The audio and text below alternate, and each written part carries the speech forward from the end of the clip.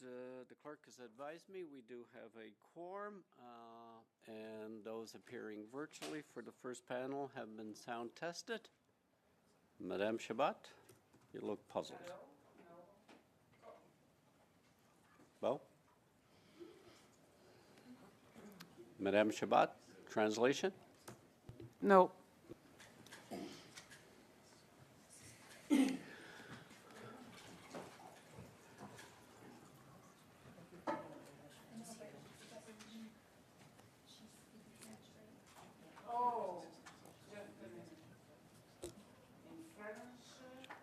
Helps. Oui. I would again remind all members to get familiar with their microphone devices. Make sure they're on the right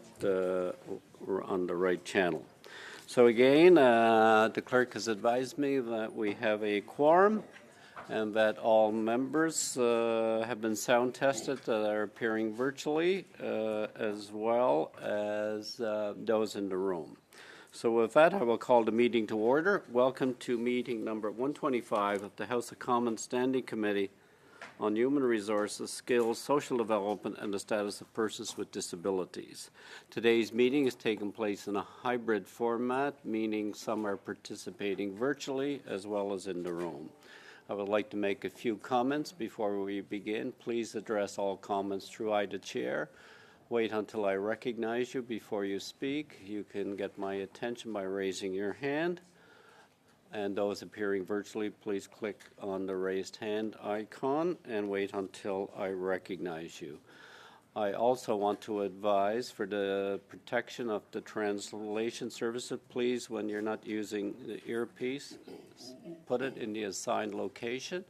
And if you have devices with you, make sure all alarms are turned off. Because these noises can cause hearing damage to the translators. As well, you have the option of choosing to participate in the official language of your choice. Again, by using the headset, click on the French or English channel. Virtually, click on the globe icon and choose the official language of your choice. If there is a disruption in translation services, please raise your hand. I will suspend while they are being corrected. So with that, pursuant to Standing Order 1082 and the motion adopted by the committee on Thursday, February 8, 2024, the committee commences its study of Canada Without Barriers by 2024, a motion that was moved by Madame Falk. I would like to welcome our witnesses in the room today. From the Department of Employment and Social Development, Stephanie Cadeau, Chief Accessibility Officer, Office of the Chief Accessibility Officer by video conference. From the Office of the Auditor General, Paul N.A. Pierre, Senior Assistant Auditor General, Milan Duvignac, did I get it right, Monsieur? Duvignac, and Susie Fortier, Director.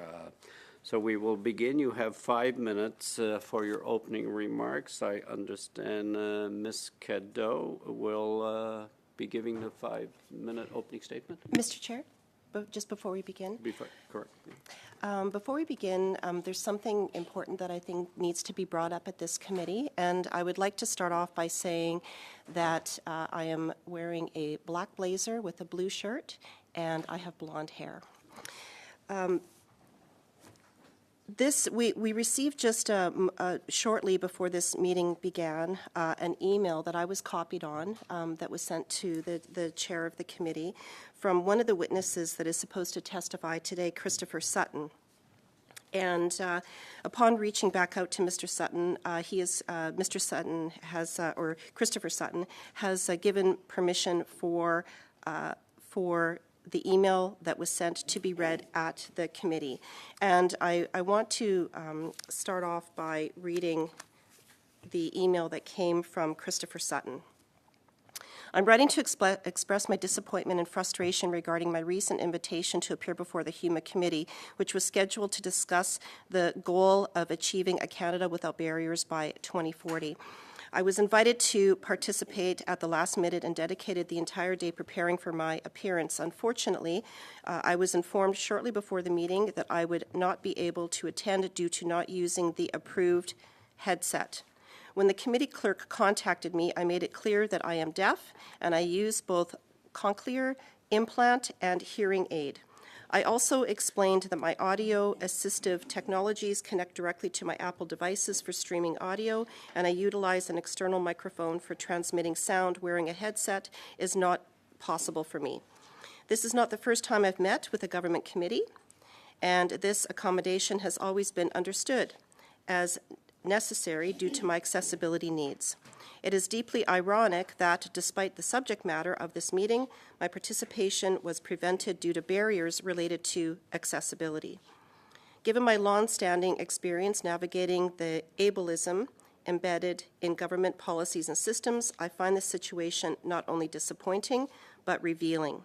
It raises important questions about whether the challenges facing the Accessible Canada Act are due to inherent structural issues and whether the commitment to a barrier-free Canada is as strong as it should be. As someone who takes pride in being collaborative and building bridges, I hope this situation can serve as an educational moment for this committee. I encourage you to consider how the committee can take the lead in ensuring its work is truly inclusive and accessible.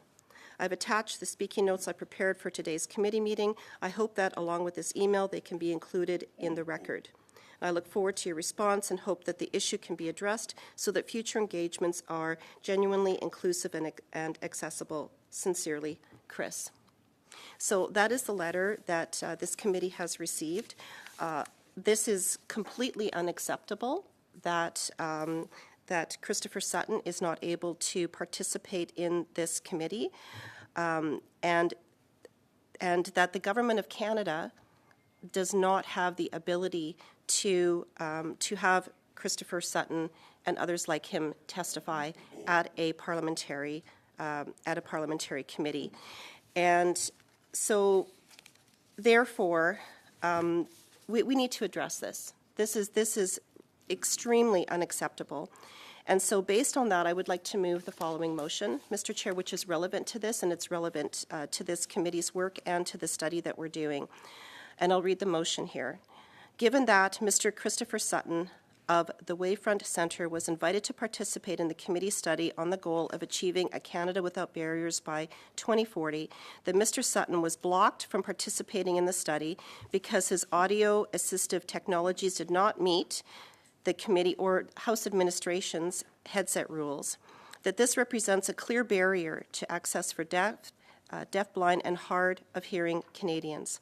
The House of Commons administration unreservedly apologized to Mr. Sutton, schedule the appearance of Mr. Sutton, reschedule this, and investigate the committee's audio device rules and report back on what changes they will be making within a month to remove this discriminatory barrier to access. Thank you.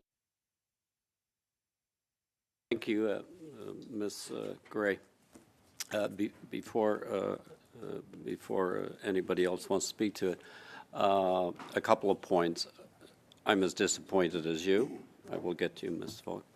I was advised yesterday, late yesterday, of the issue. A couple of clarifications. You referenced the Government of Canada.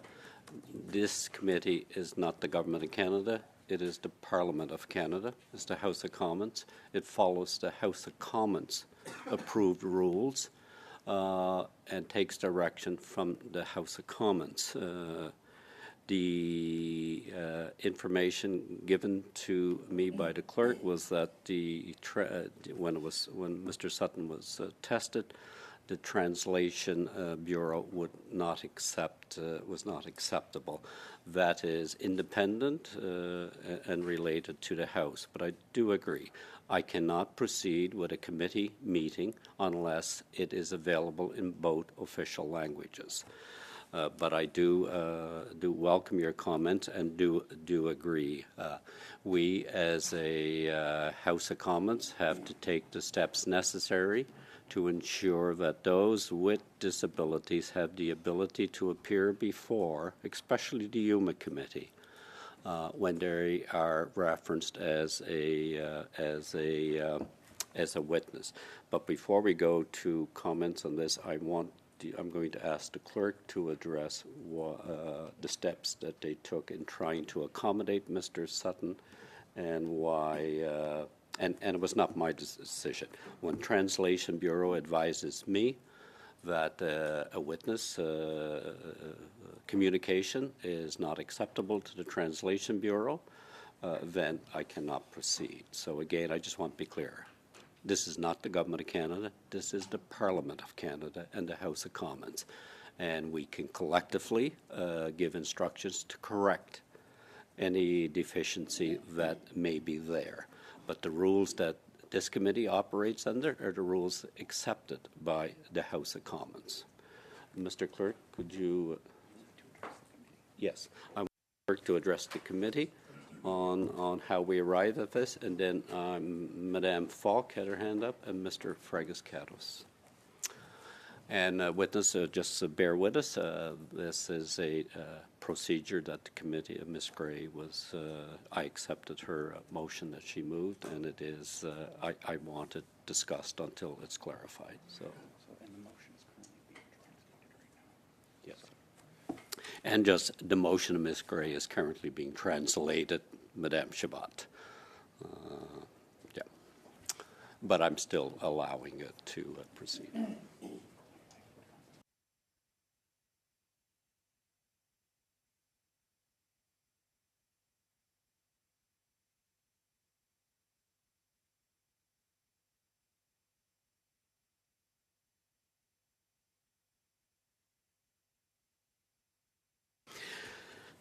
The clerk has advised me that the Translation Bureau identified to the clerk that they need more time working with the witnesses to address the issue that caused them to advise the committee clerk that they could not provide adequate translation services with the device that was being tested. And timing was not there to correct that. But all the proper steps were taken by the clerk and the Translation Bureau, but it was the Translations Bureau that made the final decision, and that is the approved procedures that I must follow as chair of your committee. Ms. Falk, on the motion of Ms. Gray and Mr. Fragas-Catos. Thank you very much, Mr. Chair. This is really embarrassing. As I know there's some of us, MP Long, as well as yourself, Chair, that were here when we debated C-81, the Accessibility Act. That was a couple parliaments ago. But our committee made exponential accommodations to ensure that every Canadian, no matter their disability ability, be able to be heard. This is half a decade ago already that this has passed. C-81 received royal assent in June of 2019. I have the expectation when we pass legislation in this place and regulations come into effect, that it be purposeful, that it's doing what it should be doing. We've seen with the airline industry that it's not doing what it's supposed to be doing. We heard testimony on that earlier this year, that it's not doing what it's supposed to be doing. From my understanding, I believe the House administration is a federally regulated entity which would fall under C-81. So I'm even more gravely concerned that this committee has accommodated persons with abilities before, and now all of a sudden we can't. We've had a draft working calendar since September 9th, beginning of September. This shouldn't be happening. This absolutely shouldn't be happening. We need to be making sure that all Canadians are being able to be heard, especially on the irony of this, the barriers that those with disabilities have. I mean, the irony of this is just outstanding. I mean, it's unacceptable. And I know that when we had the debate of C81 and we were studying it at this committee, we had brought up conservatives, the NDP and also the Greens had brought up concerns about this, making sure that the bill had teeth, making sure that employers would have to comply to make sure that all Canadians could participate. I am so disappointed that we're not able to hear from this witness on such short notice as well. This, and you know what, maybe this does speak to inherent structural issues, but it's just unacceptable. And Chair, Parliament, absolutely, the comings and goings of this place, the administration of this place is federally regulated. And it's just, we have to do better. We have to do better, especially this committee, Human Resources, Skills and Social Development, and Status with Persons with Disability. This is supposed to be the place for sure that Canadians with disabilities should be able to be presented, to be heard, to be listened to. And the fact that this committee has made accommodations in the past, more than once, because this isn't the first time that we've studied disabilities, it's just unacceptable, and I'm just disappointed. Thank you, Ms. Falk. Mr. Fragascaros, and then I'll have comments. Oh, thank you, Chair. No, very short, but I agree exactly with the sentiment that's been expressed by colleagues already. It's not just unfortunate, it is unacceptable. I want to see the motion in particular because I want to make sure that it says House of Commons so that we can ensure that it's dealt with in the right way. And as we know, the management of committees is something that all parties can contribute ideas to through the Board of Internal Economy, I believe, if I'm not mistaken. Regardless, Canadian had something to say of great importance here today. The committee would have benefited, and unfortunately that's not going to happen. So, yes, I don't think you'll find disagreement on this side at all. I still do not have the motion of Ms. Gray's in both official languages, and so I will not deal with it until it is been interpreted and circulated. While we're doing that, Madame Zarillo, you have your hand up. Madame Chabot. Merci, Monsieur le Président. Thank you, Chair. I think it's utterly deplorable to be facing this situation. I don't have the motion in front of me, but the principle is deplorable and has to be changed. We should be doing everything we possibly can to make it possible for witnesses to appear, especially since that's exactly what we're talking about here. I asked myself the question because a group in my riding was hoping to appear. We spoke to the administration to see if they could appear. People were wondering if there would be barriers given the tools that would be available.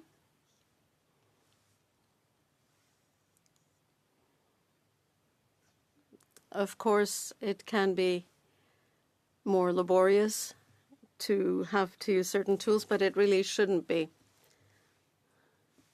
So I do agree that the witness should be re-invited and all possible measures taken to make it work. And then we should ask ourselves if, as a parliamentary committee, we're actually in a position to receive witnesses and adapt in compliance with all the rules of bilingualism and so on, if we have the flexibility to accommodate witnesses whose appearance is extremely important given the study we're undertaking.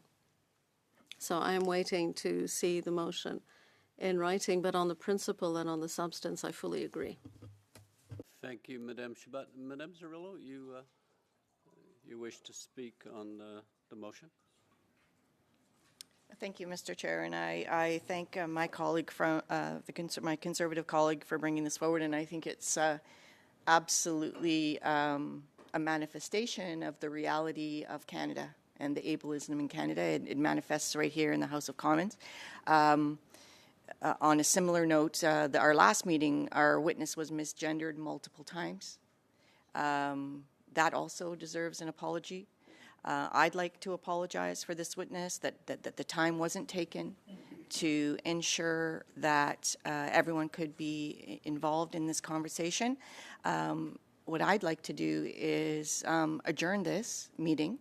I don't think it's fair that we leave people behind. Come back at noon so that we can have our witness at noon. But for now, I'm not sure that we should carry on with a meeting where we know that people have been left behind, but I do want to respect the witness, Mr. Paul Clark, at noon, and then get the House of Commons to work on getting our other witness back. Thank you. Until 12 o'clock with that witness. Meeting in total. The meeting. I don't think it's fair that we all enjoy our privilege while there's others that can't be heard.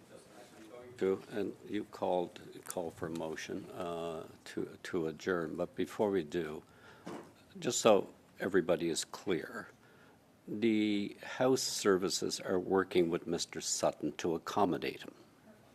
That is not an issue. The witness list was submitted, the motion was on September the 9th, but the witness list was submitted over a period of time. Every name that was submitted was contacted by the House administration and by the clerk and analyst. Only two were expressed availability. As soon as they were reached out to begin the process of seeing how they were going to present. Mr. Sutton chose to do it virtually with a device that he indicated he had used before. When it was tested by the Independent Translation Bureau, they would not provide notice to the clerk and the team that it was adequate to provide translation services. He was advised of that, and members, I'm trying to clarify me. So Mr. Sutton the team is working with Mr. Sutton to accommodate him. And they can only do that when they know the situation they have to deal with. So they're dealing with that. This committee can choose at any time and schedule to hear from Mr. Sutton, and that will be accommodated. So I just wanted to be clear on that particular part. So everybody understands this is in the hands of the committee team, which is bound by the adopted official languages of this country that I have to respect. And that's where we're proceeding with from that perspective. So we have the witnesses that are prepared to proceed, as well as an independent witness. The rest of the list will be worked on, and the schedule will be adjusted to accommodate that. So with that, I do have a motion to adjourn the meeting, which actually I'm going to put to a vote because there was a motion to adjourn the meeting in total. So understand what you're voting on. You brought witnesses in here. Witnesses were invited. The motion of Madame Chabot that I'm going to entertain, it was a motion to adjourn the meeting as a whole. Clerk, call a... It's me. Sorry, Madame Zarillo. So we're clear. Madame Zarillo made a motion to adjourn the meeting totally, which would mean all the witnesses currently there would be dismissed. Clerk, call a recorded vote on adjourning the meeting as a whole. All right, on the motion to adjourn the meeting, Mr. Fragiscatos. No. Mr. Long. No. Mr. Collins. No. Mr. Coteau. No. Mr. Van Bynen? No. Ms. Gray? No. Ms. Falk? No. Mr. Moyes? No. Mr. Aitchison? No. Madame Chabot? Non. Ms. Zerillo? Yes. The motion has been defeated. We'll now return to the motion of Ms. Gray, which is a very valid motion that this committee can decide. But I have two people want to speak on the motion of Ms. Gray, Ms. Falk and then Mr. Van Bynen. For sure. But no, I still do not have it translated. Chair, for MP. For that, so with that, Yeah, I'm going to suspend until I have Ms. Gray's motion in both official languages, because I will not proceed until it's circulated in both official language. We'll suspend until that occurs. Suspend.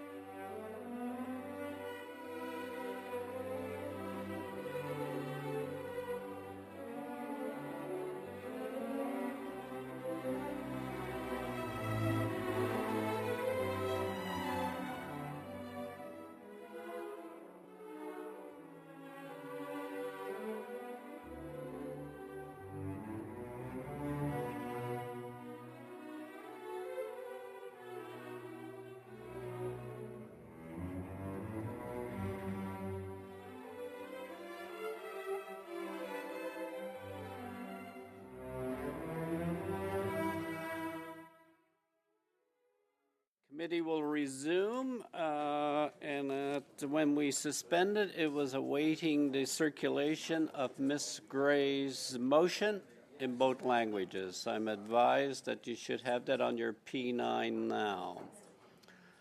As I'm moving to a vote on Ms. Gray's motion, unless somebody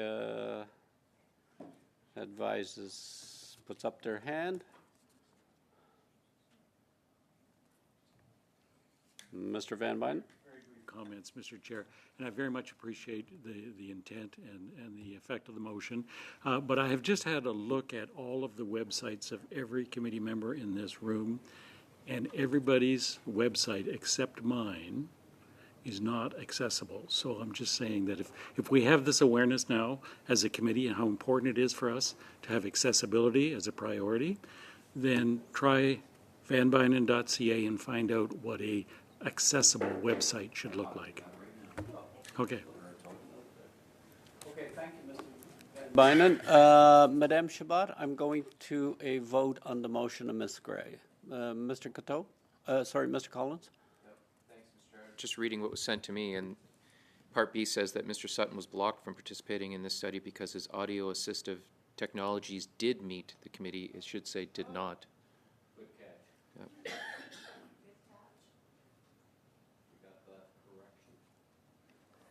Would you make that, it's a friendly amendment correction, so is that the only verbal? Good? Are we okay? Madame Shabbat?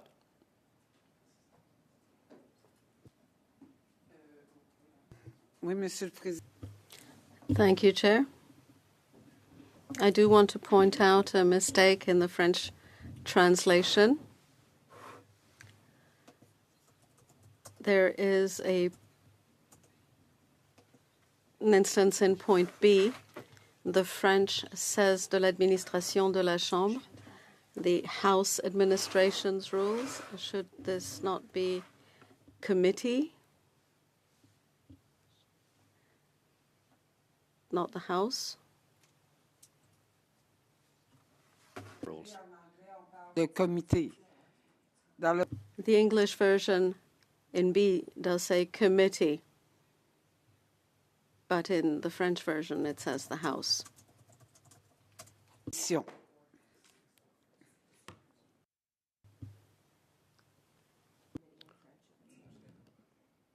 It is the, so we'll clear the motion, Ms. Gray, it is the House administration. Okay, the motion will read in French and English, the House administration.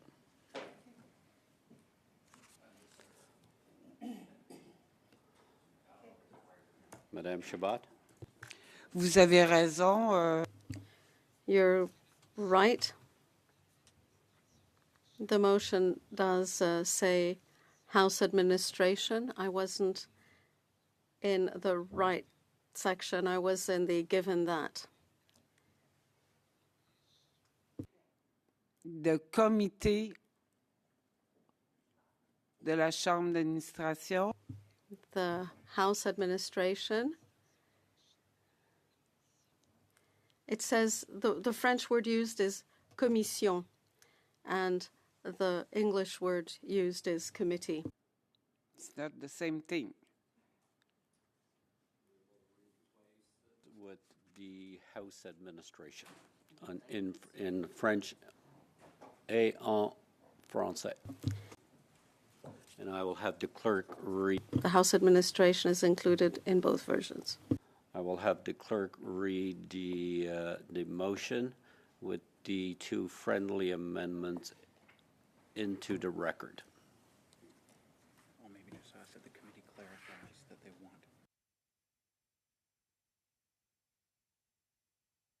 want. And I'm removing committee unless there's objection, and will only reference House administration in French and English. Go ahead, clerk. The motion reads as follows. The members, just a moment. Okay, pay attention to the verbal. Given that A, Mr. Christopher Sutton of the Wavefront Center was invited to participate in the committee's study on the goal of achieving a Canada without barriers by 2040, that Mr. Sutton was blocked from participating in this study because his audio assistive technologies did not meet the House administration's headset rules, that this represents a clear barrier to access for deaf, deafblind, and hard of hearing Canadians. The House of Commons administration unreservedly apologized to Mr. Sutton, reschedule the appearance of Mr. Sutton, and investigate the committee's audio device rules and report back on what changes they will be making within a month to remove this discriminatory barrier to access. Say.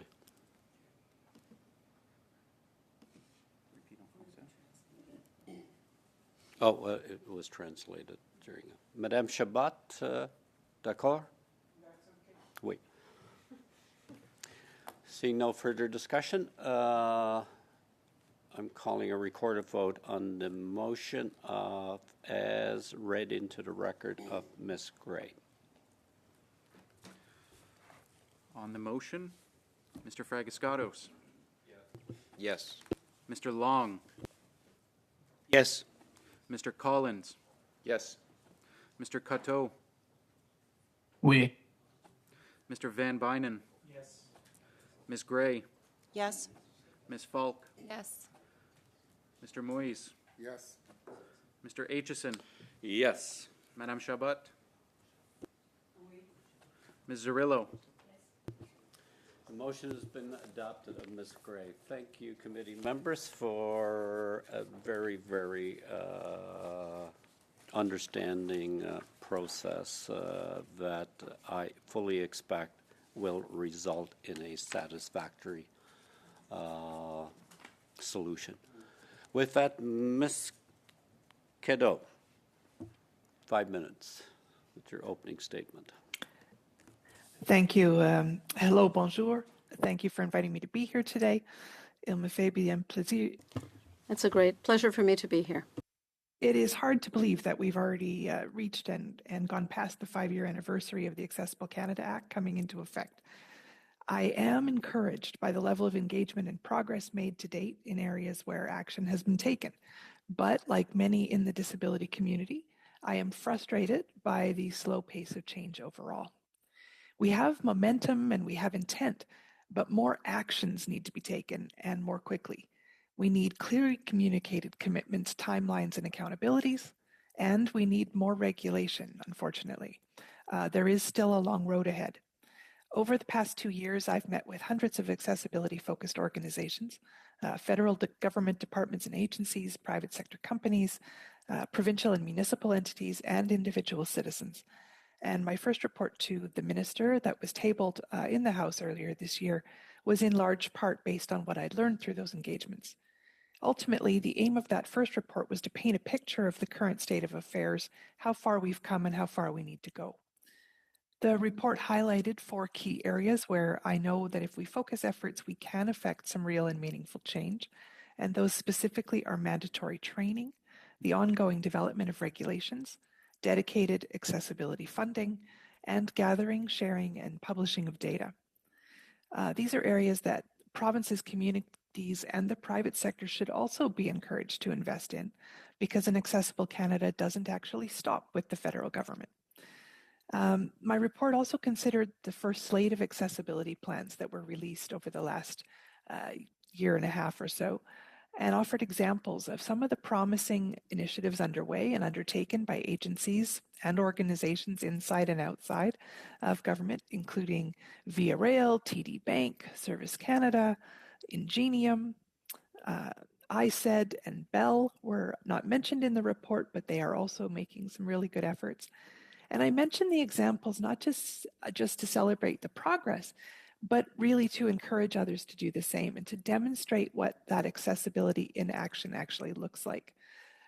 Because I've noted that while there is a lot of willingness and good intention, many sure are not sure yet what accessibility really means and why it matters. And as we've seen just today, confusion and timelines and other real issues sometimes come to play and come in conflict. But that lack of understanding is definitely one of our biggest challenges. Federal government departments and industry need clear directives and expectations that are set for them, and continuous follow-up and communication at all levels of organizations is required. The Accessible Canada Act is still very poorly understood by many, both internal and external to government. There needs to be much more proactive communication. I'm going to continue to monitor all 7 areas identified as priorities under the Act, but in the absence of being able to do it all, in the months ahead, employment and transportation are my primary areas of focus. Employment, because so many people with disabilities identified it as a priority, and ultimately it will make a difference in so many other areas. It has an impact on the quality of life of people with disabilities, but also on the economy. And the more people with disabilities represented in our workforce, the faster change will come, because they will show the positive examples of how and what needs to be done. Transportation is the other area where I'll be placing focus, as your committee also has, including air travel, which has been a lot in the headlines, but not exclusively air travel. The stories in air travel just illuminate the problems that exist across many other sectors. So my hope is that other sectors are going to take notice of the conversations happening around air travel and realize that they too need to be taking action. It's clear we've arrived at a real turning point. We see that when the disability community speaks with one voice, there is action. And worth noting, most accessibility plans didn't cover transportation. Rather, organizations suggested they don't do transport, so they don't need to discuss it. But let's face it, there's no benefit in increasing employment opportunities for people with disabilities if they can't get to work. So for all the progress, the culture still has a long way to go in rooting out ableist attitudes and perceptions of people with disabilities, their needs, and the obligations of society to include them. There's a lot of work to do, but I thank you for your attention to these issues, which are of crucial importance to Canada, and I look forward to your thoughts and your questions today. Thank you, Madame Cadeau. Madame Pierre, for 5 minutes, please.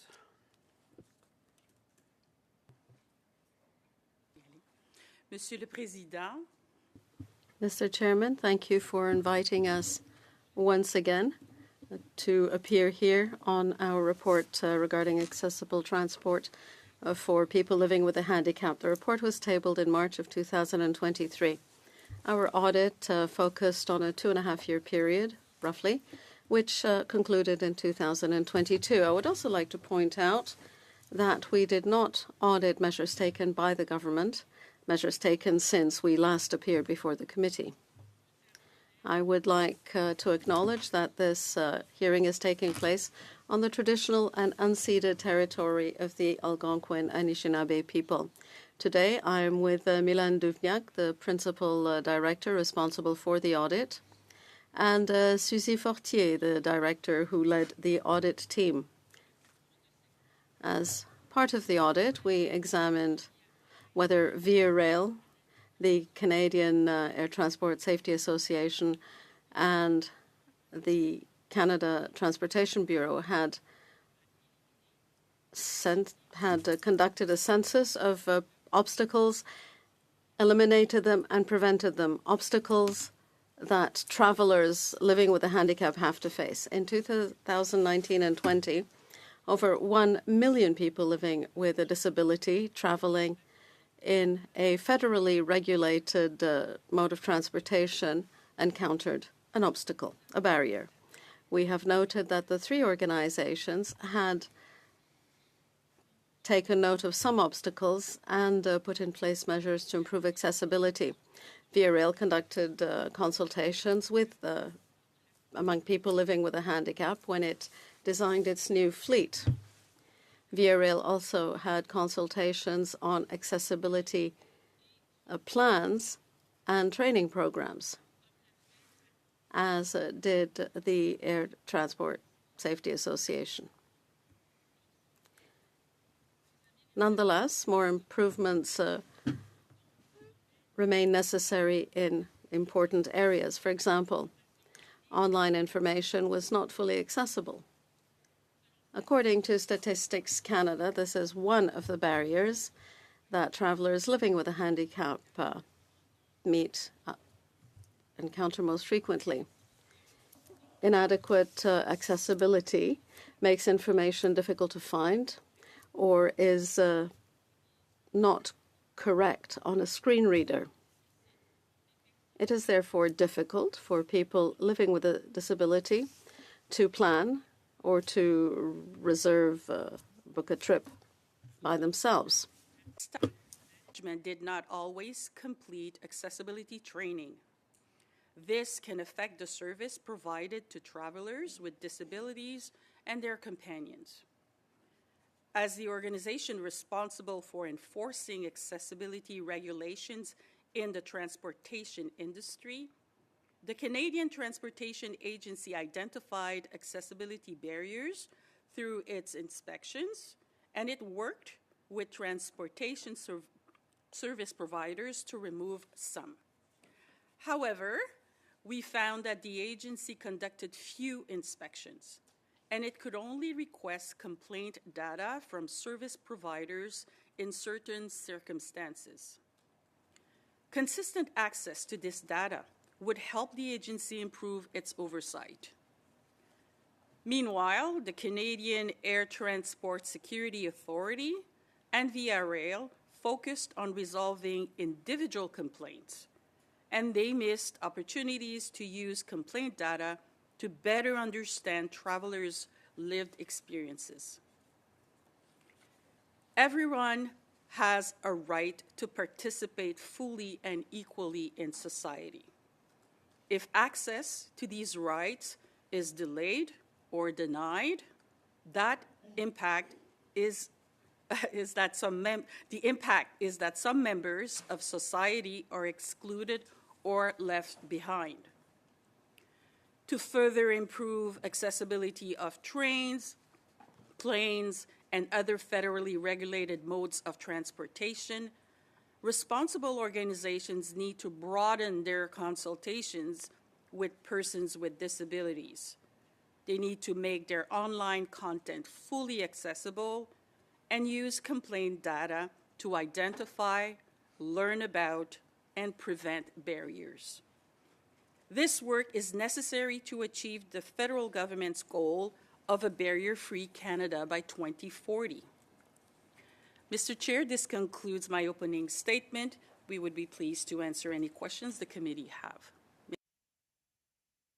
Madame Pierre, before we open for question, I want to advise the committee that I've requested resources to take us to 1:15, and that this panel we would go through group 1 and 2 to give everybody an adequate chance, which means we will conclude after the 2.5-minute round with Madame Zarrillo.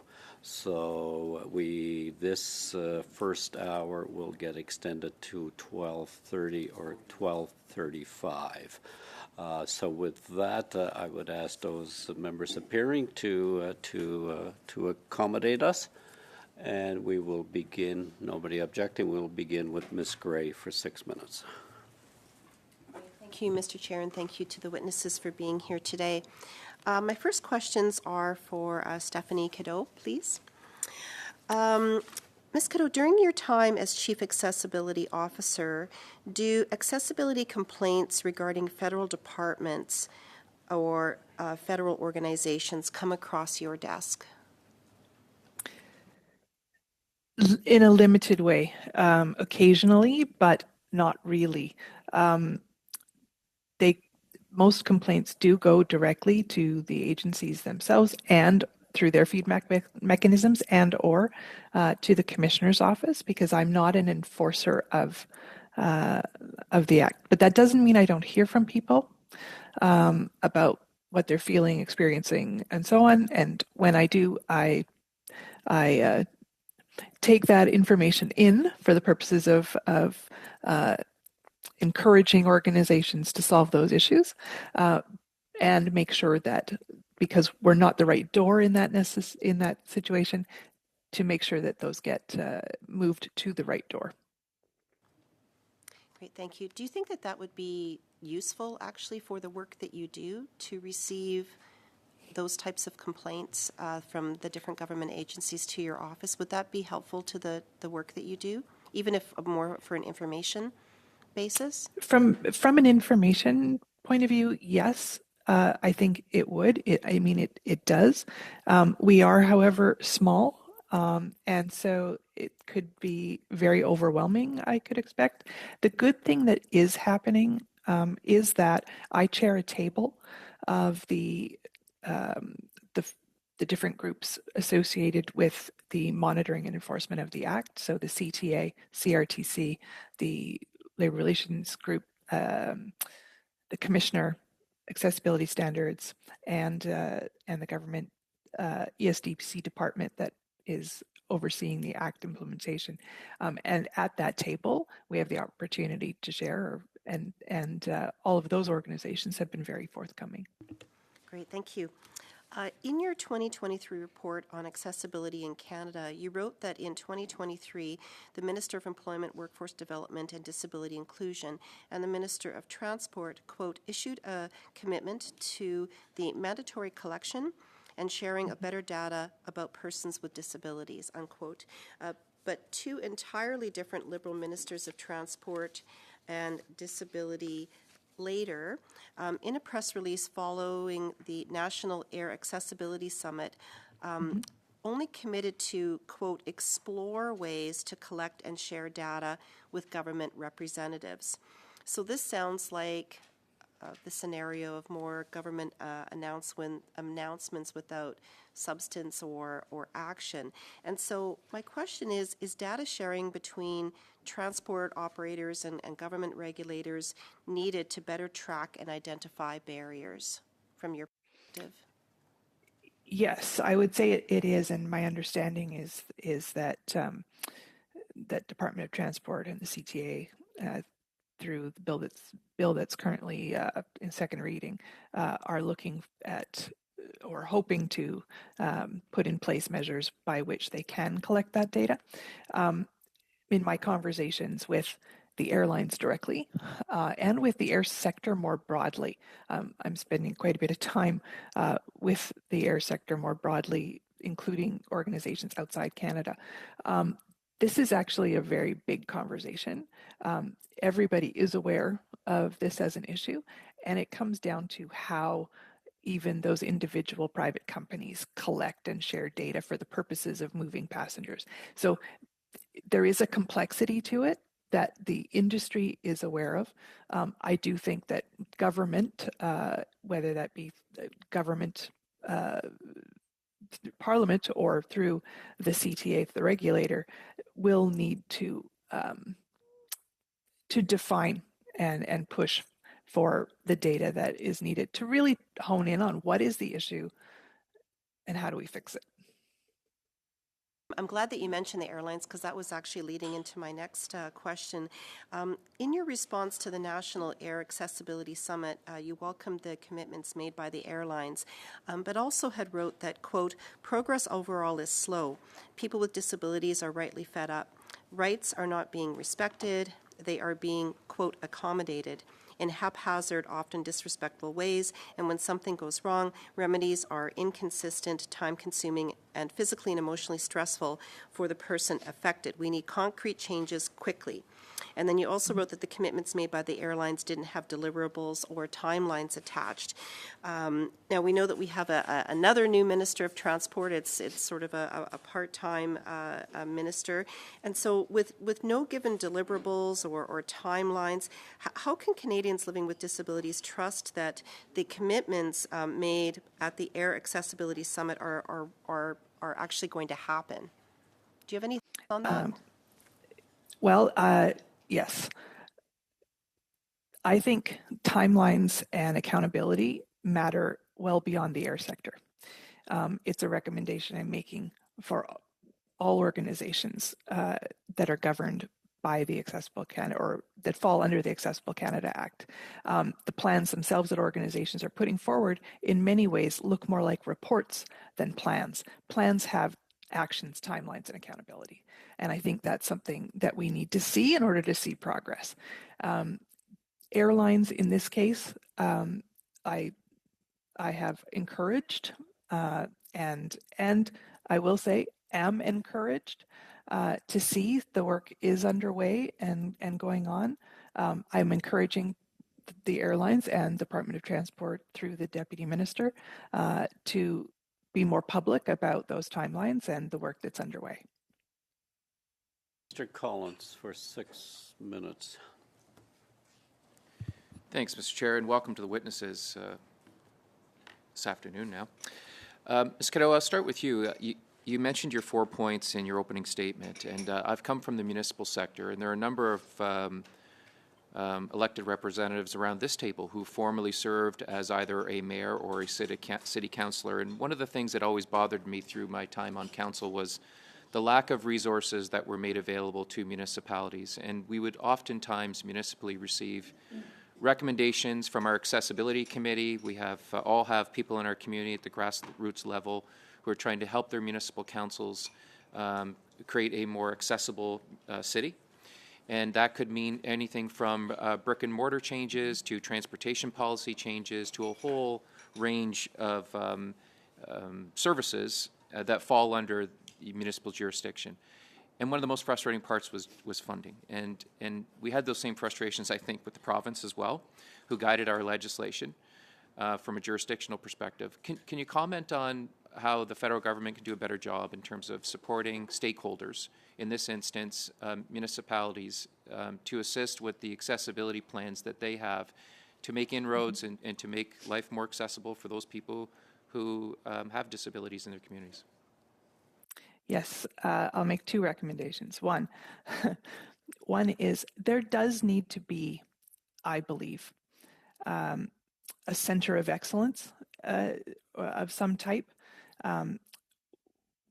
whereby organizations know, okay, this is where I go for advice, for good information about how to do this, and so on. And that's needed beyond the 3 levels of government and the organizations involved, but right down to your local coffee shop, right? There's a need and a desire out there for trusted information. Lots of information on the internet, but how do you get that trusted information? So I do think there is a need for that. The U.S. Access Board in the States is sort of a model that I've seen that I think could be there could be a version for Canada. When it comes to resources, there is, and I've mentioned, I think there is a need for dedicated accessibility funding in all budgets. And anyone who's in charge of a budget should have a line item for accessibility and be thinking about what that means. But there'll never be enough money. As a former politician, I understand the challenges at all levels with that, and certainly there's only one taxpayer. But when we look at accessibility, I want us to think about how we look at that. We have traditionally looked at it as something that's charitable, something we do if we get money, when somebody gives us money. We don't look at it the way we should, which is it's as essential as heat or lights or any other piece of business that we do. Disability affects 27% of the population. That means it affects 27% of taxpayers, and they deserve to have what their needs met just as well as any other taxpayer. So I do think it's a shift in how we think about accessibility and about what's necessary. Thank you for that. I'm going to go to the flip side of that coin, and sometimes we have partners that are reluctant to make investments in these areas and see it as charitable and don't treat it as a priority. Over the years, it goes back to that old saying in terms of, show me a government's budget and I'll tell you what their priorities are. And you've worked at the provincial level. What can the government do without stepping on, jurisdictional the toes of the provinces and the rights that they have to govern? what can we do to create some healthy tension in terms of bringing some of our reluctant partners to the table? I'm in a province where the ODSP rates haven't changed much in the last 10 years. I think people are getting probably $20 a year extra from an income support perspective. And it tells me that, you know, my provincial government really doesn't see the disabled community as a priority. So I'm looking for your advice in that regard. You served at the provincial level. You certainly understand jurisdictional issues in that regard. But how do we bring our provincial partners to the table where, in many respects, some of them just don't see this as a priority and haven't provided sufficient funding in this area? I would say nobody has really prioritized this in the way it should. I think the Accessible Canada Act, passed unanimously by government, sets a tone and it sets a stage for cooperative work. And I think that it does say that everybody, most everyone does understand that people with disabilities are equal and deserving of having their needs met.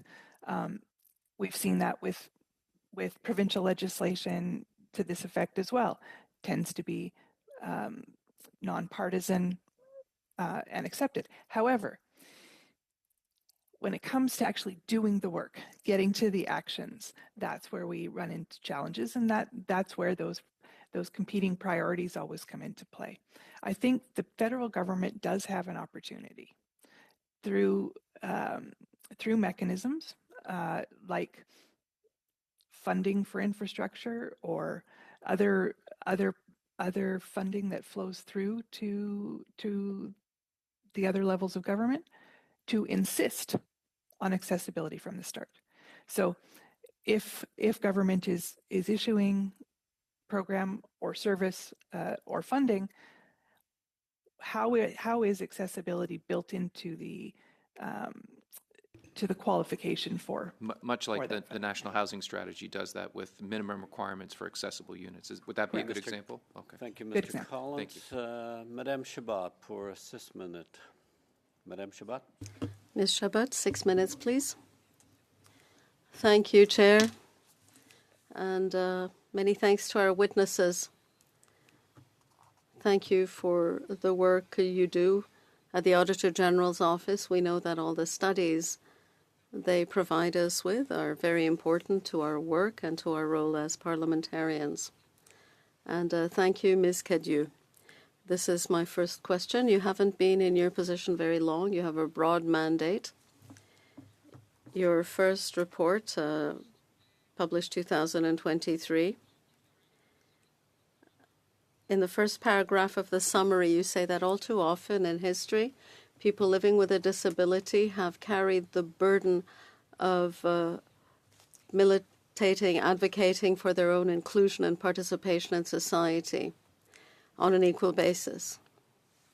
You said that this has to change, that culture surrounding disability be modified radically. Do you believe we have made any progress with changes in culture?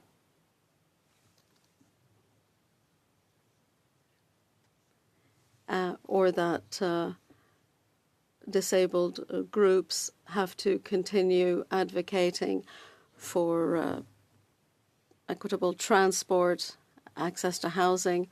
In your view, how much progress has been made in changing culture regarding disability? A lot of progress. And as absolutely frustrated at the pace of change that I am as a person with a disability,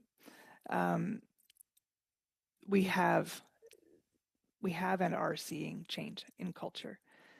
The fact that accessibility is now a conversation and a track of discussion at conferences about any number of things, airports, technology, what have you, shows that we're thinking about it proactively now in many more situations than ever before. And that does speak to a shift in culture. The fact that when I go to a restaurant and there isn't an accessible washroom, and it's not me that says something, it's the person standing in line behind me that says this isn't acceptable. What are you going to do about it? The fact that it's on people's minds and that people are feeling willing to talk about it is a shift in culture. But we have a long way to go. We still see examples on a daily basis where that culture isn't shifting, and where the ableist bias that we all, including people with disabilities, often carry, come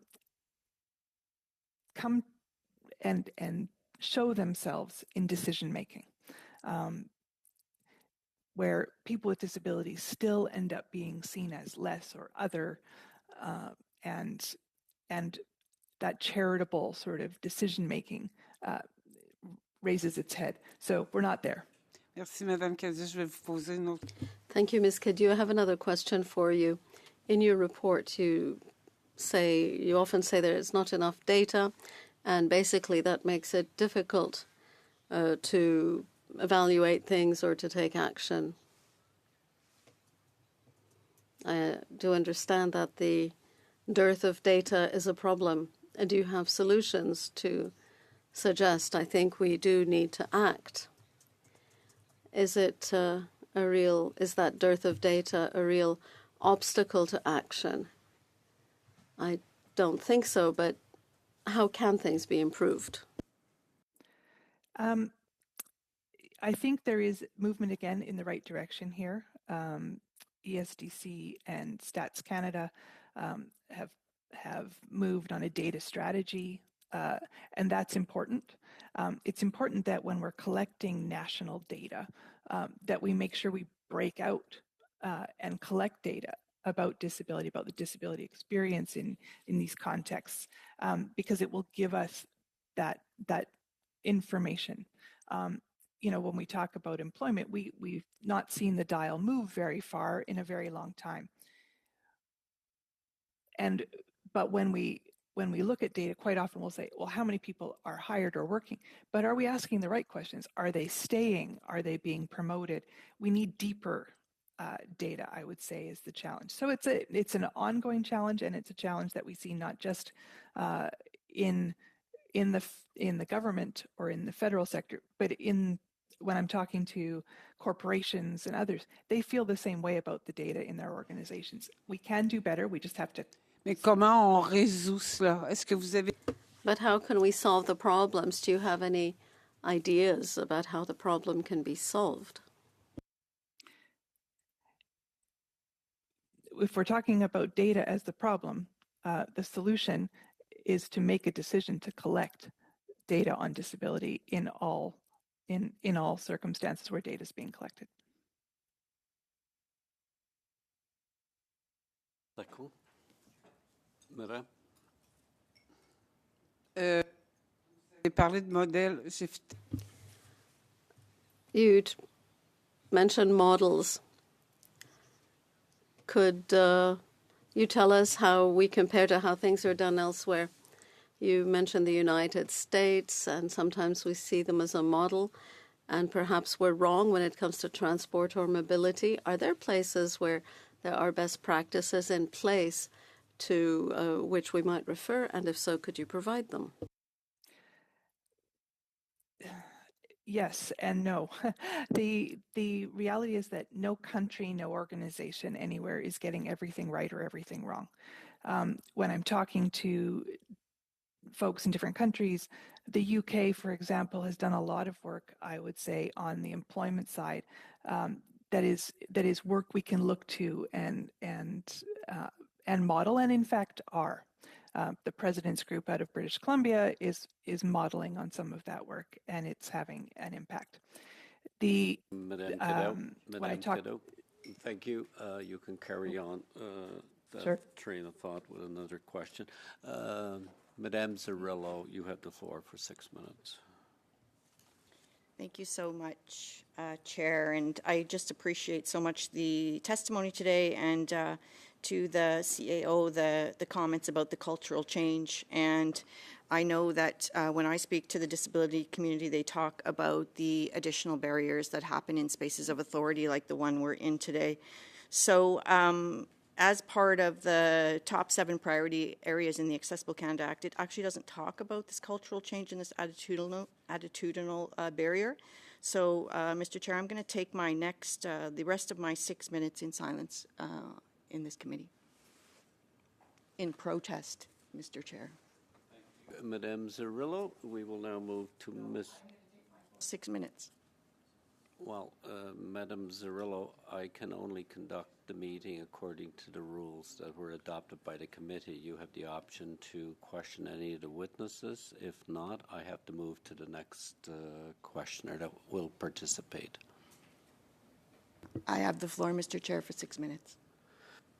Madame Zerillo. Mr. Chair, I have the floor for 6 minutes. Madame Zerillo, you are now out of order. I have the floor, and it's my decision how I want to use the 6 minutes. I can use it in talking, in questioning, and I'm choosing to do it in silence. Thank you, Madame Zerillo. I will move. Is it your position then that you're going to silence my voice here around the table today? In your choice, not mine? Madame Zerillo. Are you going to assert your authority over my privilege in this committee, Mr. Chair? Madame Zerillo, you have the option to participate in the meeting as you choose. It's participate in silence for my full 6 minutes. Thank you. Fine. Madame Zerillo, Chair? Will, yes. Chair? I can only entertain a point of order. Point of order. Your point of order? Chair. There's no point of order. I have the floor. Madame Zerillo, no, a point of order can be raised at any moment. Mr. Long, you have a point of order? Basically, a suggestion to just take a recess for a couple minutes, Chair. No, she has the floor. Okay. And I will respect how each member chooses to use their time. With that, we will run out the clock for 3 minutes and 15 seconds.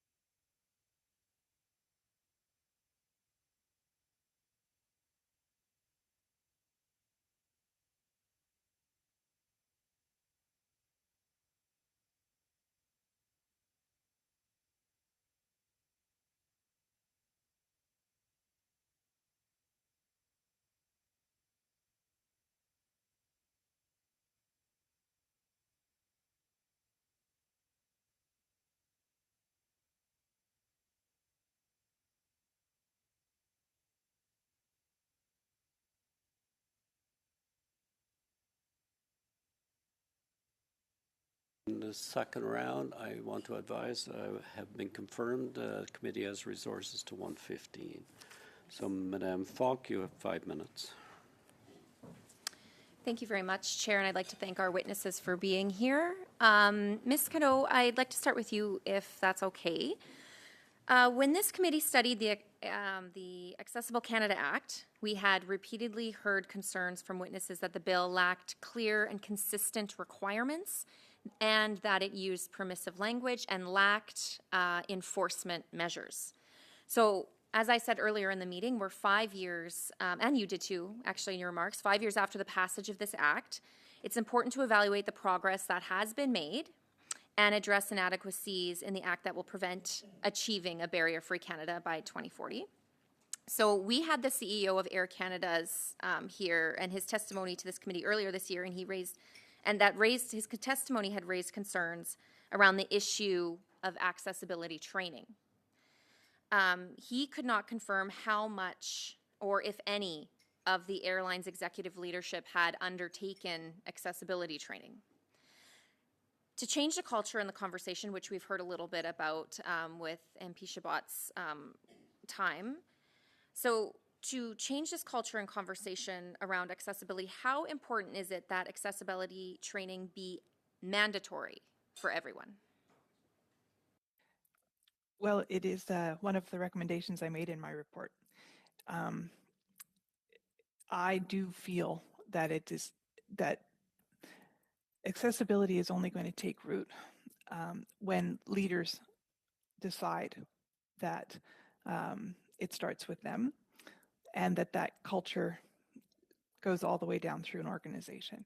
I think mandatory training is important, as do I think it's necessary for us to move forward faster on regulations under the Act, because ultimately organizations will do what they have to do. Some will go further, and that's great. And the regulations will never set the bar at the where we would hope it would be. They'll set a minimum bar, and there will always be the ability to reach further and do better.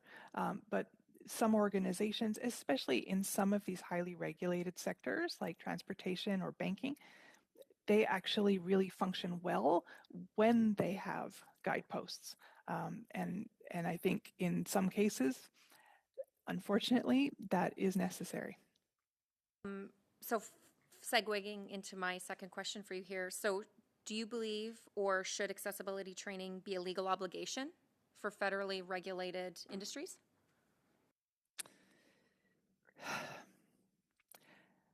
That's not my decision to make. And I would say that there are a lot of organizations that are doing it as a matter of course, that are choosing to do it, and that recognize that it's necessary. But perhaps it should be. Have all of you taken it? Have I? Oh, I have actually, in lots of different contexts now. But yeah, I think we all get something from that experience. We can't know what we don't know, and I think having some training and it would vary. What kind of training would vary by job role and an organization. That's where it would get tricky. But I do think that training is a fundamental piece of changing the culture. So can we realistically expect to achieve a Canada without barriers without getting that greater training requirements? Because can we achieve a barrier-free Canada by 2040 without training? It would be hard. And I say that because, again, we don't know what we don't know. Now, the Act is I think, brilliant in some ways, in that having to involve people with disabilities in the creation of the plans and in the feedback mechanisms, that is essential. And we don't see that anywhere else in the world. And that is leading. And everybody is watching us for that. And that does get at rooting out and bringing to the forefront the real barriers that exist for people that haven't experienced them themselves and don't know. But I still think training goes that little bit further. It's time where you have to sit down and you actually think about it. You have to have a conversation about it, and you can't pass it to someone else to do it for you. You can't put the responsibility of creating the plan down below and then we have one, right? That's not the culture we want. We want a culture where right from the top we're saying, what are we doing about accessibility? What am I doing about accessibility? Am I making sure that I'm doing all of the pieces that I can do as CEO, as CFO, Thank or you. as a frontline service delivery? Thank you, Ms. Falk. Mr. Van Bynen for 5 minutes. Thank you, Mr. Chair. I appreciate the information that we've been gathering here. My questions will also go to Ms. Cadeau. As we've seen here today, in terms of the internet being a source of information, there's only one person in this room that has a fully accessible website. What role do you think the government should play in terms of requiring other governments and other levels of information and or departments in requiring a fully accessible website, largely because the website is becoming more and more a source of information? How could that be implemented? Well, in fact, that I would say is already in the works. The Accessibility Standards Canada has adopted the same standard for information communications technologies as the European Union has, and it is my understanding that ESDC is moving forward with a recommendation to put that into regulation here in Canada. That would be the first regulation under the Act beyond the requirement for plans, and that would affect MPs' offices and government agencies and all of the folks under the Act. So that would move to that. I do think it's very important because, again, so much of what we do these days is dependent upon websites or information technologies, apps. We're doing things on our phone all day long, and too many people are left out when that isn't considered. Mentioned an earlier frustration on the difference between reports and plans, and that there was an absence of actions, timelines, and accountability. Is there a mechanism that you can do independent audits or mystery shoppers to determine if, in fact, some of these organizations have the level of interest that you think is important?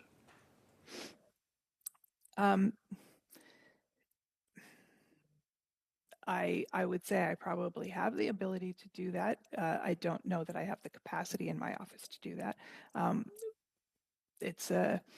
There's a lot to monitor, and we're having to pick and choose what we do and what we're looking at. And largely at this stage, we've been working with the Coalition of the Willing, those who want to have conversations.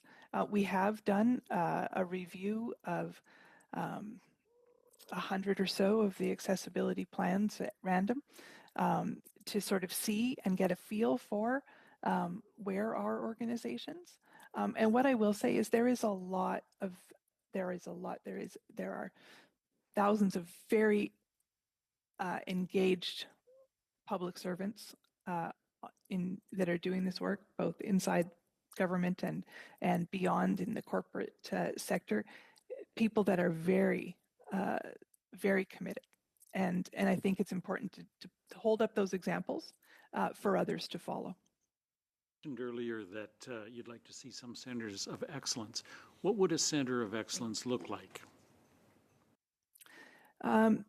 There are probably a number of models that could be followed, but I do quite often fall to this, to the U.S. Access Board and the way that those were created, and subsidiaries of, to help with the implementation of the Americans with Disabilities Act. And they push information out to the public and about what is accessibility? What does it mean? How do you meet this requirement of the Act, etc. Both online in terms of written materials, but also webinars and other ways of getting information out. I think there are probably other ways to do that as well, but I do think it's its own body of work that currently I don't think anyone has the capacity or obligation to do. To the funding and the access to data. To get the best benefit of the dialogue that we have now, what specific recommendations would you suggest the committee include in its report to ensure that there's meaningful progress towards a barrier-free Canada? I do think if you focus in on the things that I've recommended in my report around mandatory training, around dedicated funding, and data measurement, and the faster adoption of regulations. Those are the things that'll move the dial. If we don't have those things, it's going to be hard to see organizations make the progress they need to make. Thank you, Mr. Van Bijna. Madame Chabot. Madame Chabot, pour 2 minutes et 30. Ms. Chabot, 2.5 minutes. Thank you. Ms. Pierre Polanyi. In 2023, the Auditor General's Office published a progress report on achieving your own accessibility goals. You talked a great deal about engaged consultations with people living with a disability. If I understand correctly, you'd like to make those kinds of consultations more systematic. Groups often have the impression of being consulted a lot, but it doesn't lead to much action. Some groups even say, you know what we need, but it doesn't get done. So how can we succeed in making sure action happens? Is the legislation strong enough? I'm not trying to say consultations aren't worthwhile, but is the legislation sound enough to get things moving tangibly?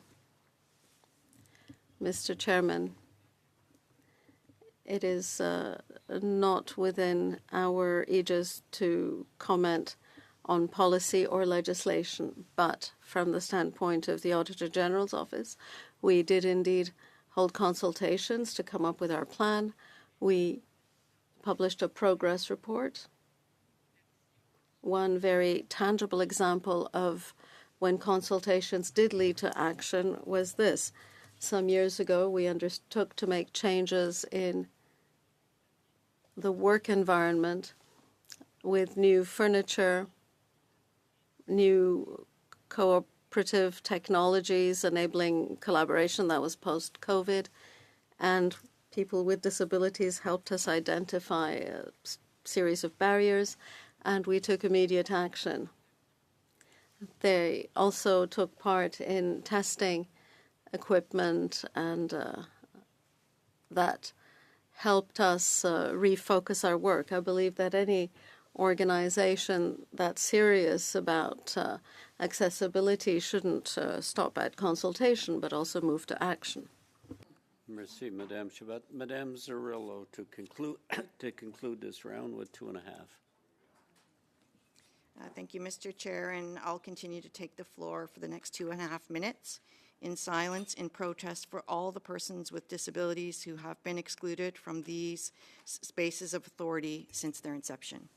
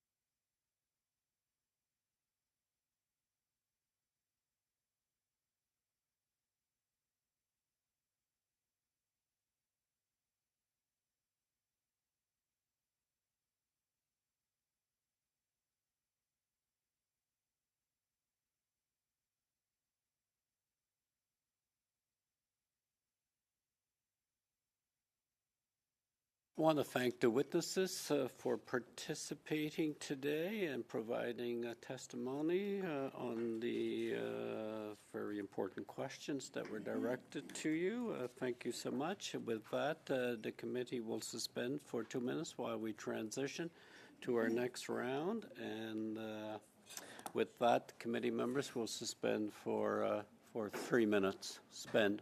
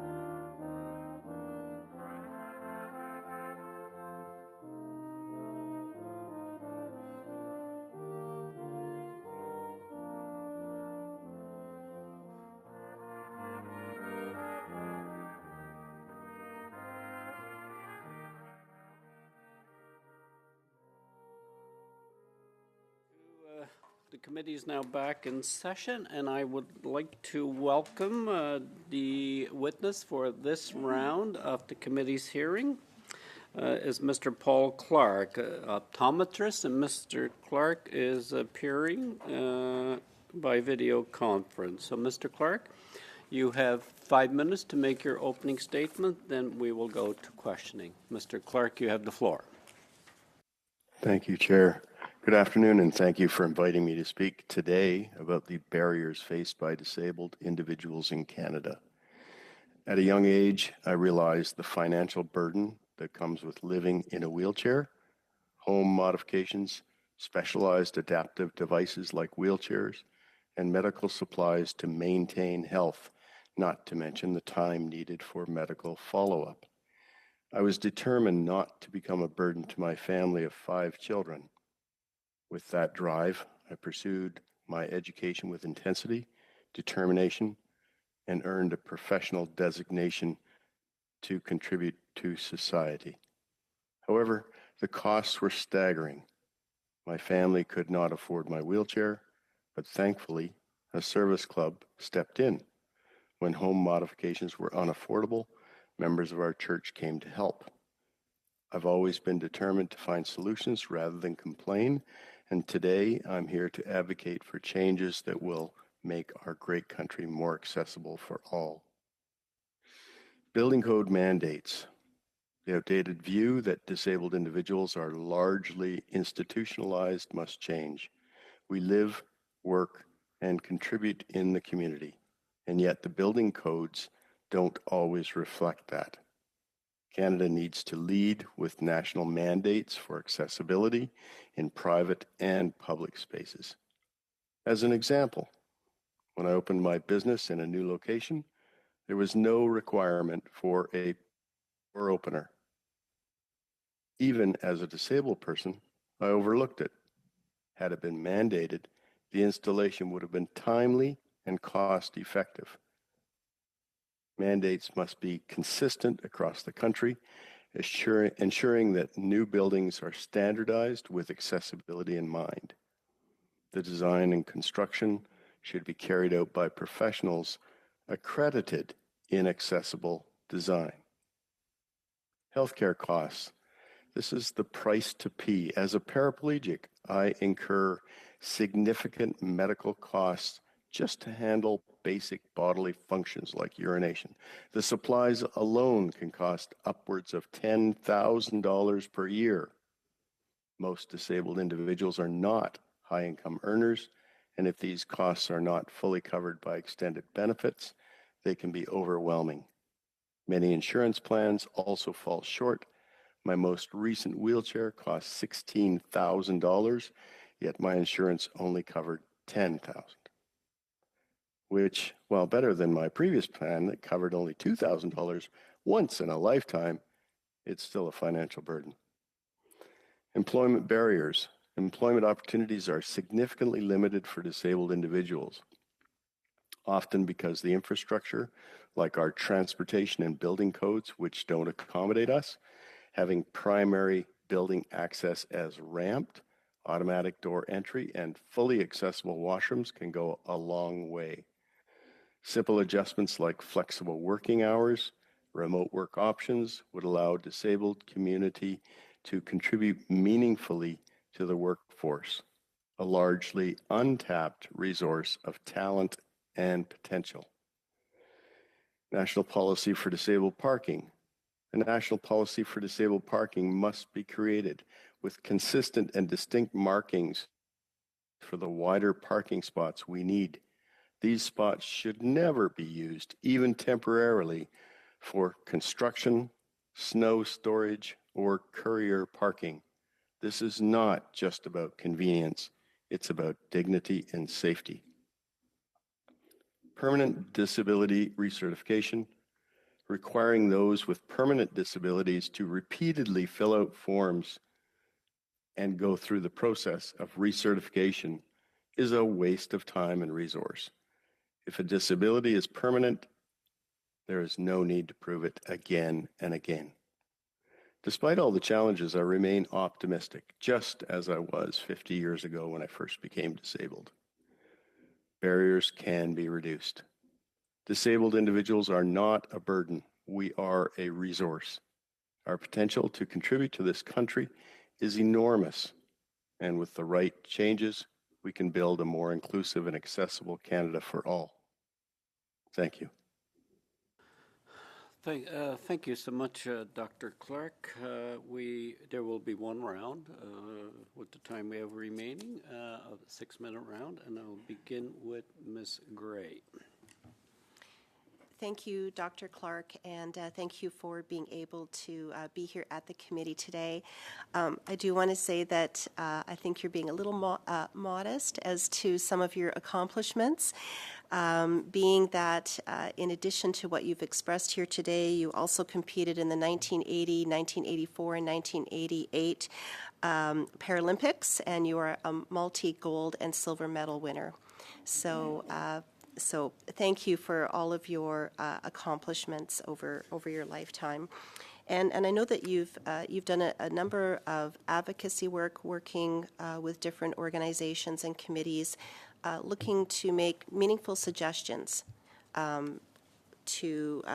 with regards to issues and ways to make suggestions. And so I wanted to ask on a couple of things here. You had written in a letter that 1 in 10 Canadians over the age of 15 have a mobility disability, but thanks to advances in technology, mobility devices can go further and faster. However, you say that accessible infrastructure is still too often designed for the wheelchairs of 50 years ago.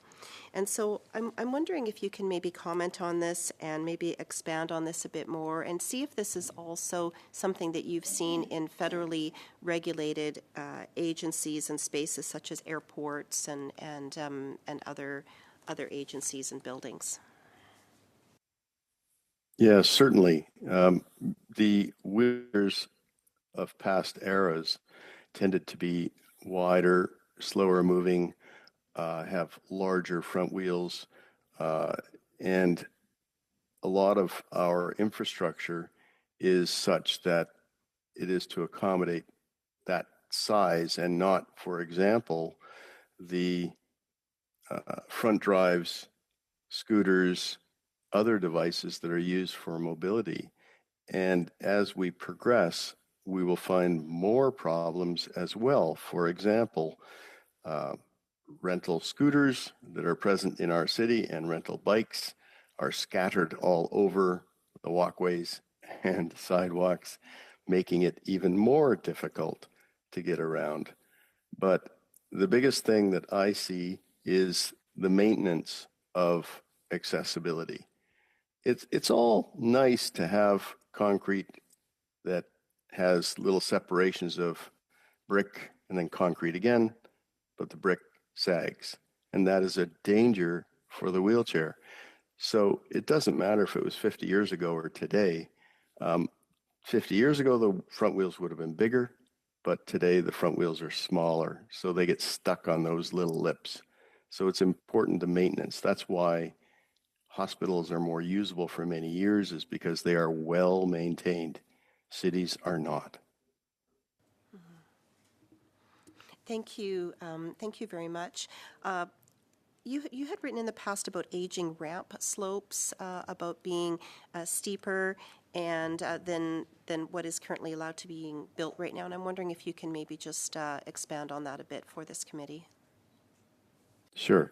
With ramps, there is a standard of slope for a long section, but there is nothing for a short joining section. And that creates a barrier. So, for example, if the sidewalk rolls down toward the street to cross, it's always rolling down because that's for drainage. But at the bottom of that roll down is the curb has lifted because it's concrete, 2 different types of concrete, one lifts. This is dangerous for friends of mine who are quadriplegic and who roll down that slope, once they hit the bump, they will tip forward and certainly do a face plant. So slope has to be considered for the short distances. Great, thank you very much. I do have limited time here, so I wanted to get through a couple more things. Have you, I know that you're connected with a lot of different people, and I'm wondering if you've seen the affordability crisis affect persons with disabilities, maybe even more so than others. Certainly, with some of the people that I know, they are essentially in poverty because of their disability. To afford the devices, they simply can't afford anything new. They're cobbling together anything old to make it work. This is very difficult, and the newer devices can be more comfortable, more functional, more able to integrate into society. Thank you. And you had touched as well a bit on, I think the word that you had talked about, you talked about certifications and filling out forms.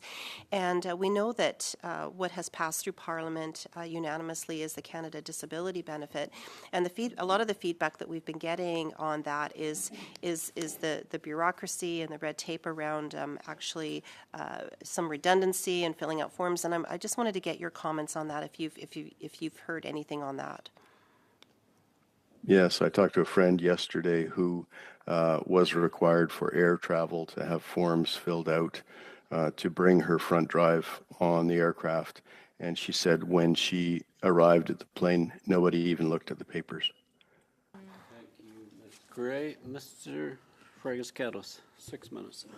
Thank you, Chair. I know that Ms. Chabot wanted to introduce a motion that's very important to her, and so I'm going to yield my time to her so she can do so. Madame Chabot. Je remercie. Thank you. I would also like to thank the witness for taking part in this and for his commitment as a person with a disability to help and support people in the community. Your achievement is tremendous. I would like to move a motion. I would like to thank my colleague for giving me the opportunity. This is a motion I put forward at the last committee. I'll reread it. It is on seasonal workers and employment insurance. In accordance with Standing Order 108, the committee undertake a study on the situation of seasonal workers with a view to examining how inadequate the employment insurance system is to meet the needs of these workers who often face insecurity, job insecurity, and financial difficulty for themselves and their families, that the committee take time to hear witnesses and the minister, as well as officials, to answer questions for 1 hour, as well as those groups that advocate for the rights of the unemployment, and that the committee report its findings to the House. Thank you, Chair. Previously moved this and it was adjourned. I just want to advise the witness to bear with us for a couple of minutes while we deal with this committee procedure. Mr. Fragas-Catos on the motion of Madame Chabot. Just a few amendments, and they've been sent in to the clerk in both official languages so they can be easily circulated. It's a few additions and a few subtractions, if you like. First of all, in the first sentence, second line, the committee undertake a study of the situation of workers in the seasonal industry with regard to, and here's the addition, necessary improvements and changes to. I'm suggesting also to strike the inadequacy of. That phrase would be stricken. In the first paragraph, I would add and other relevant witnesses. The second paragraph, that one line where it says and that, I would strike and that and simply begin the sentence with that the committee report its recommendations. Finally, the Last addition is the following, and that pursuant to Standing Order 109, the committee requests that a comprehensive response to the study.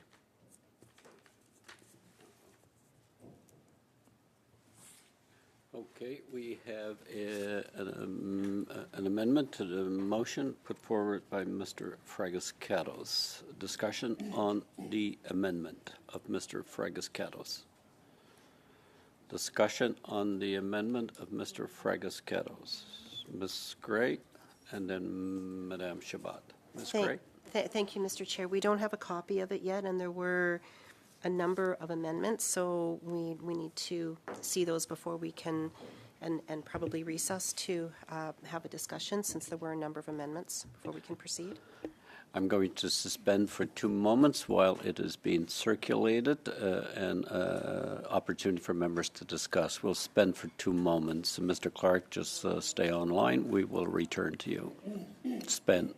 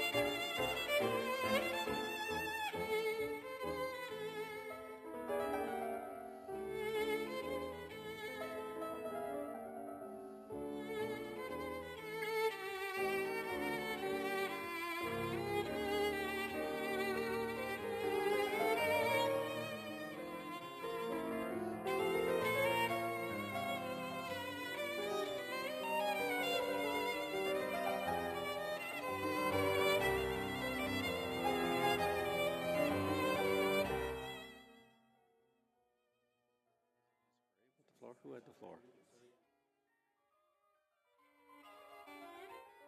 First, the committee is back in session. Who had the floor when we left? Was it Ms. Gray? No. No, I know, but Ms. Gray. No, but you went to me and I said to you. Okay, so I'm coming back to you. Yep. Ms. Gray, if you still have comments. If not, I'll go to Madame Shabbat. Madame Shabbat. Monsieur le Président. Thank you, Chair. The amendment brought by my colleague would be one we would agree with, but we discussed the amendments, but this is not what we had agreed on. So we want to keep that the committee report its findings to the House. So I don't know if we can vote on the last part or the last amendment separately, or how do I go about this? Do I need a sub-amendment to remove that last sentence? Yes, you can move an amendment to the amendment. You can move a sub-amendment to the amendment. Je vais faire pose un sous-amendement. So that's what I'd like to do. I'd like to move a sub-amendment to delete the following. And that pursuant to Standing Order 109, the committee requests that a comprehensive response to the study. 109, le comité demande une réponse compréhensive à l'étude. Un sous-amendement pour enlever. That would be a sub-amendment to remove that last sentence. We have a sub-amendment of Madame Chabot to the amendment of Mr. Fragas-Catos. Mr. Fragas-Catos on the sub-amendment. No, with apologies to Madame Chabot, I thought that there was some understanding. There seems to be still some misunderstanding. And so I want to continue to engage with her on the motion and amendment from our side. So we can continue to hear from Dr. Clark. Traduction, Monsieur le Président.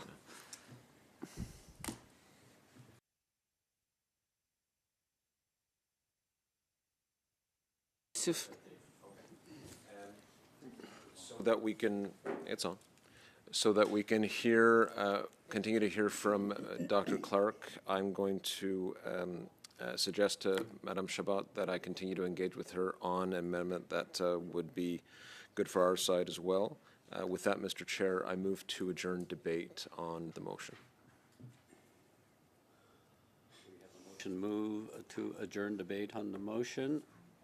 Don't see anybody contrary, so debate on the motion currently on the floor is adjourned, and we'll return to the witness. And with that, I'm going.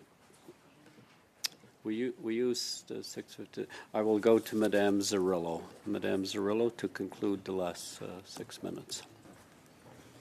We're not doing a vote? Okay. All right. So thank you so much to our witness today for being here. I have two questions that I'm going to put up front just because we don't have much time. But I know you are a successful business owner with a disability, and I wanted to know if there are tax incentives for entrepreneurship specific to persons with disabilities, and if you would recommend ones that are positive or if we need more. And the other thing is, I think you are one of the professions that can sign the disability tax credit certification, and I wonder if you could share if there's some changes that need to be there so that we can make sure that more and more people who are entitled can get the disability tax credit certification. Thank you.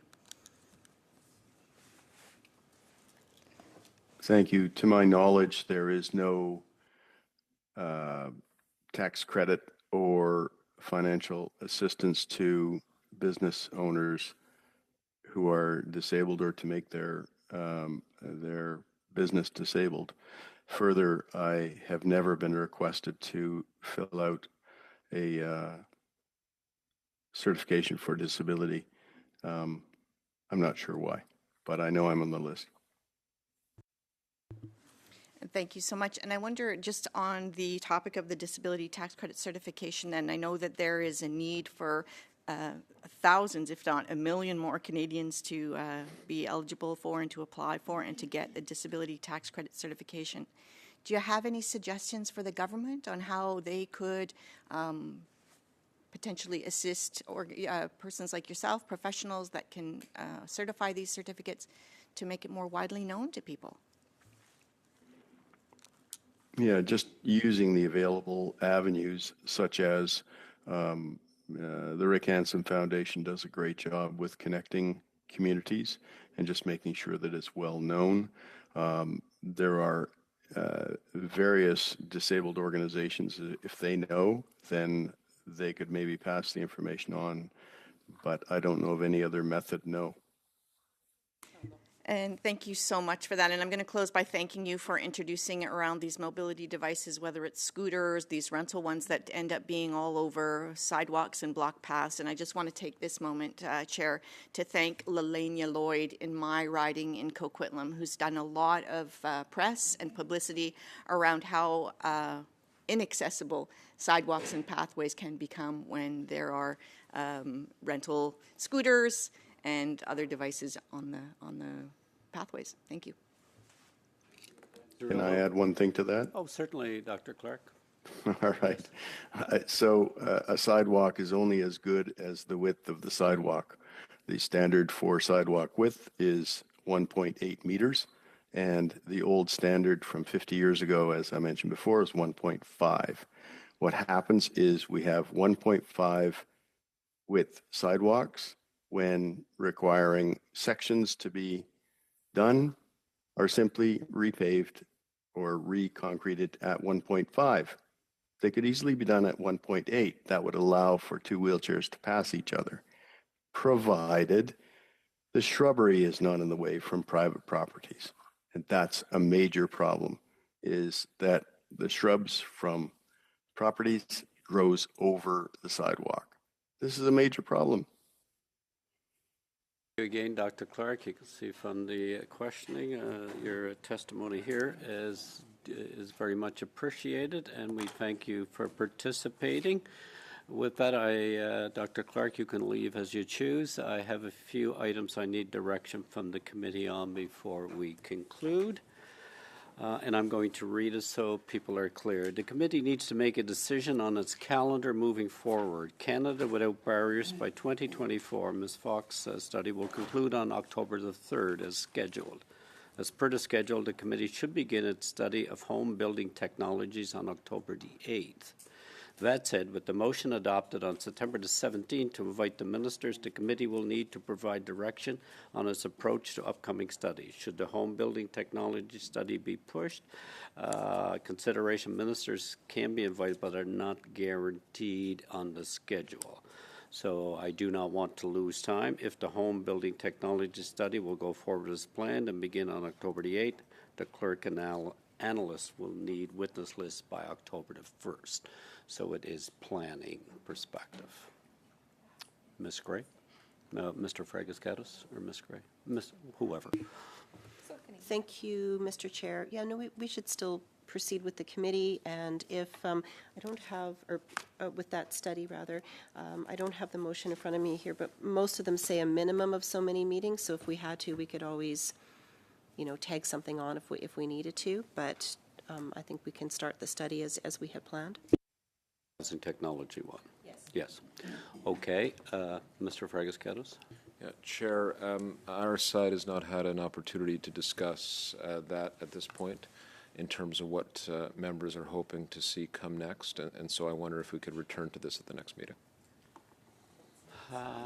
This has already been agreed to. No, but you're offering committee, as I understand it, an opportunity to decide, yes. And so I just respectfully asked if our side could have another couple of days to look at, and we'd return to it. It's fine, but I want clarification on direction at the next meeting, because we don't know how Ms. Fox is going to conclude at this stage, is scheduled for this time. Ms. Gray? Well, that doesn't work within the timeline because we would need to have the witness list by October 1st. And so actually, is that what the analysts were about to point out? So that would mean that actually our meeting would be after the deadline that we would need in order to follow what we've already agreed to. So we've already agreed to this study. This study has actually been on the books for a while, so the ministers should have been well aware of it. Thank you. Yeah, thank you, Ms. Gray. Based on that, yes, it's already been prioritized by the committee and adopted. Unless there's a motion to move it, then I'm going to instruct the analysts and the planning that we'll proceed with the schedule as it currently exists. Last item is the Starlight investment. Chair? Yes. That being said, though, we do have ministers that are ready and willing to come.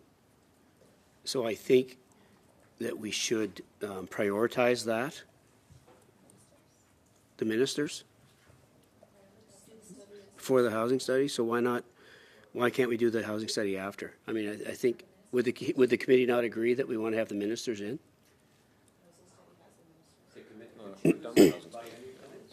If the committee if somebody wants to make a motion to change the schedule and it's carried by the committee, then it's binding. I'll make a motion.